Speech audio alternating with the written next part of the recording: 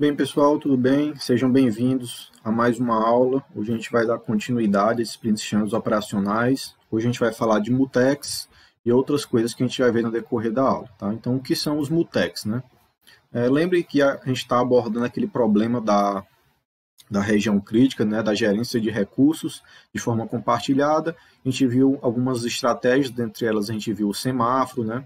Viu também que tinha um problema da espera ociosa e etc. E hoje o mutex ele é outra abordagem para você tentar contornar ou reduzir esse problema.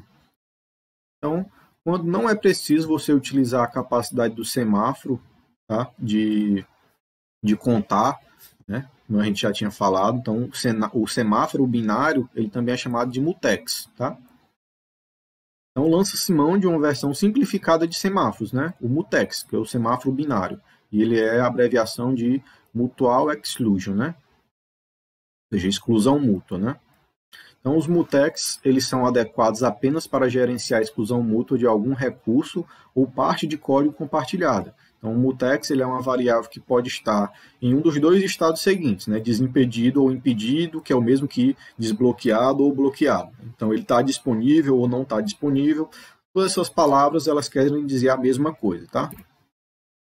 Então, quando um thread ou processo precisa ter acesso a uma região crítica, ele chama o método mutex lock. Então, se o mutex estiver desimpedido, né? Ou seja, a região crítica está disponível, a chamada vai prosseguir e o thread que chamou ficará livre para entrar na região crítica. Se o mutex estiver impedido, o thread ou o processo que chamou o mutex lock, ele vai permanecer bloqueado até que o thread que está na região crítica chame o mutex unlock. Então tem uma sincronização aí entre as chamadas desses métodos, tá? Se múltiplos threads estiverem bloqueados, um será escolhido de forma aleatória. Então, a gente viu que tem outras abordagens, né, como a FIFO, que é o primeiro a chegar, é o primeiro a ser atendido. Tem a escolha aleatória, escolha por prioridades e etc. E agora o que são os monitores, né?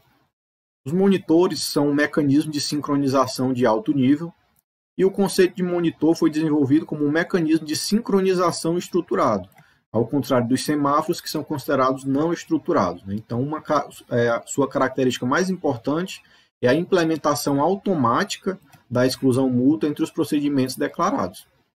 Ou seja, somente um processo pode estar executando um dos procedimentos do monitor em um determinado instante, coisa que no semáforo tinha que ser garantida para quem estivesse programando, né? Aqui ele já está incluso, né, na própria estrutura de dados do monitor. Então, toda vez que algum processo faz uma chamada a um desses procedimentos, o monitor, né, de forma interna, ele verifica se já existe outro processo executando algum procedimento do monitor, e caso exista, o processo vai ficar aguardando sua vez em uma fila de entrada, né? Que seria aguardando lá na recepção da biblioteca, né? Aquela analogia das baias de estudantes. Então, as variáveis globais de um monitor, elas são visíveis apenas aos procedimentos da sua estrutura, né? Lembra aquela história do encapsulamento, né? Lá do Java, né?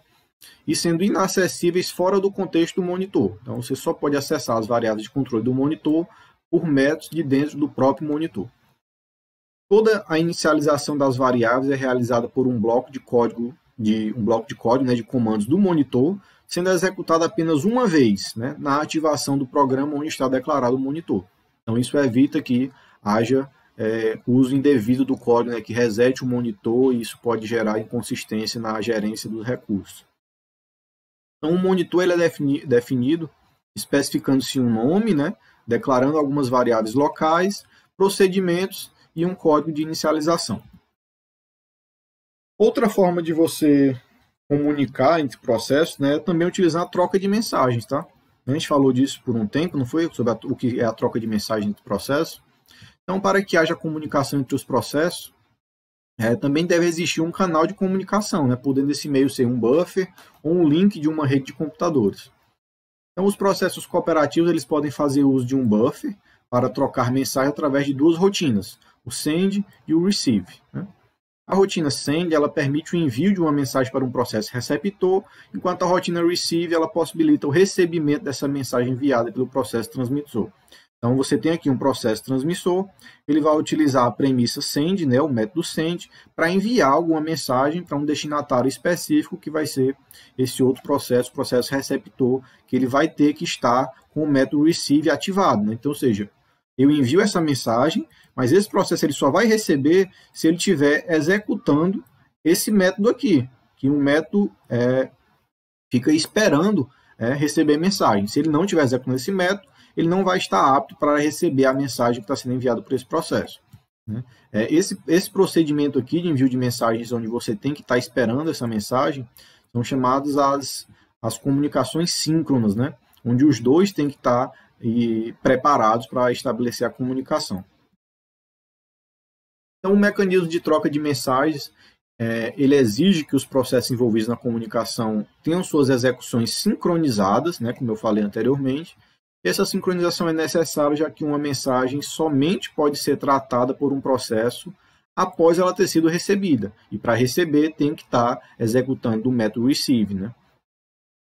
Ou o envio de uma mensagem ele pode ser uma condição para a continuidade de execução de um processo, né? Então, ele vai ficar bloqueado até que consiga executar esse envio dessa mensagem. Então, a troca de mensagem entre processos pode ser implementada de duas maneiras, usando comunicação direta e comunicação indireta. A comunicação direta entre dois processos, né, ele vai exigir que, ao enviar ou receber uma mensagem, o processo ele enderece, né, ele diga quem é que vai receber essa mensagem explicitamente, o nome do processo receptor ou transmissor. Né? Então, ele tem que dizer, eu estou enviando do processo A, eu vou enviar para o processo B, e só quem vai receber é o processo B, certo? Ninguém mais. Isso pode ser um problema, né? Quando o processo muda de nome durante a execução ou o programa deveria ser recompilado. Né? Então, o processo A, ele diz, eu quero me comunicar com o processo PowerPoint, mas eu não sei qual é o nome, o ID dele em específico. Né? Então, você pode também referenciar por tipos, né? Mas nesse caso aqui da comunicação direta, você tem que especificar diretamente quem vai receber essa mensagem, tá? Já na comunicação indireta entre os processos, você utiliza uma área compartilhada, né? Onde as mensagens podem ser colocadas pelo transmissor e retiradas pelo receptor. Né? Isso aqui também seria a comunicação assíncrona, né? A comunicação não síncrona. E essa área ela é chamada de mailbox, né, ou port, e é um tipo de buffer. Né? Ela tem como característica a sua identificação e capacidade de armazenamento de mensagens que são definidas no momento da sua criação. Então, aqui você não envia a mensagem do processo A diretamente para o processo B. Você tem um espaço aqui em comum e esse processo aqui, digamos que ele processa mais rápido do que esse processo aqui. Então, se ele fosse ficar esperando pelo processo B, ele também ia se atrasar. Então, ele pode utilizar esse buffer aqui compartilhado e colocar os dados aqui, né? E depois o processo interessado vai lá e pega esses dados. Cuidado para não confundir isso aqui com compartilhamento de espaços de memória, que é o que a gente falou desde o início, que não é permitido entre os processos. Os processos eles não podem compartilhar espaço de memória. Por exemplo, imagine que isso aqui é um espaço de memória no processo A, o processo B não pode acessar esse espaço de memória de A aqui, certo? Mas eles podem utilizar um espaço de memória, um buffer compartilhado entre eles, mas isso aqui não pertence a A ou não pertence a B, tá? É um espaço público ou gerenciado pelo sistema operacional em que os dois processos vão interagir utilizando isso aqui. Pode ser um arquivo, né, no HD do sistema, ou etc. Tá? Então, existem 3 diferentes esquemas de você implementar a sincronização entre processos que trocam mensagens. Né? A primeira é você garantir que um processo, ao enviar uma mensagem, ele permaneça esperando até que o processo receptor a leia, ou seja, o que é assíncrona, né? Você tem a espera aqui, e se um processo for muito lento, o outro também vai ficar muito lento, porque eles são sincronizados pelo mais lento, né? O mais rápido ele não pode ir na frente, porque ele necessita da resposta do processo mais lento. A segunda forma é permitir que o processo transmissor não fique bloqueado aguardando a leitura da mensagem, e nesse caso é possível enviar a mensagem para diversos destinatários, né? Você consegue enviar para diversos destinatários, mas você não tem a garantia de que aquela mensagem foi entregue, por exemplo, né? Ou foi lida pelo processo que recebeu ela.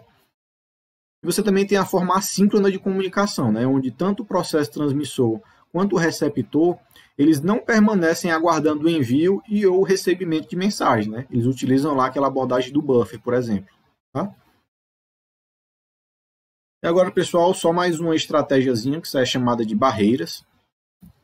Né? Então, o mecanismo intitulado de barreiras é um mecanismo também de sincronização dirigido a grupos de processos. Né? Então, algumas aplicações elas são divididas em fases e tem como regra que nenhum processo pode avançar para a próxima fase até que todos os processos estejam prontos, né?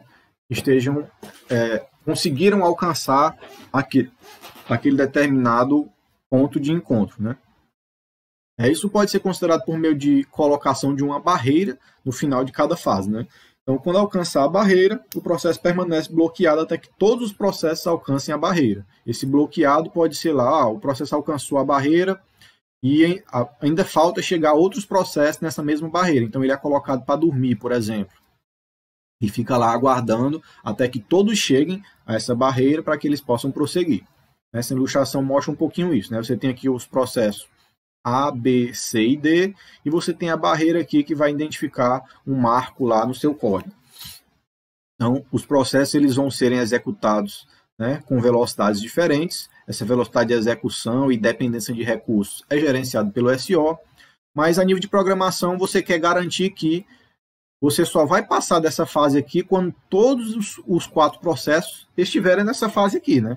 Então, o processo A, o B e o C aqui na etapa 2 eles chegaram, mas eles estão aguardando, né, eles estão em dormência, até que o processo C também consiga alcançar essa barreira. Essa barreira pode ser algumas atividades que têm que ser executadas, né, algumas funções precisam ser executadas dentro do código para que eles completem um determinado ciclo ou etapa. Né? Então, quando todos chegam à barreira, né, ou seja, o A, o B, o C e o D chegaram na barreira, então eles podem avançar para a próxima fase juntos. E aqui, novamente, pode ser que o processo A e o B sejam mais rápidos, cheguem aqui a uma outra barreira e eles terão que aguardar aqui até que o C e o D também cheguem para poder continuar aqui a execução do procedimento. Tá? Bem, pessoal, é isso. Com isso a gente encerra essa parte de comunicação entre processos. E espero que tenham gostado e até a próxima, pessoal. Obrigado, valeu.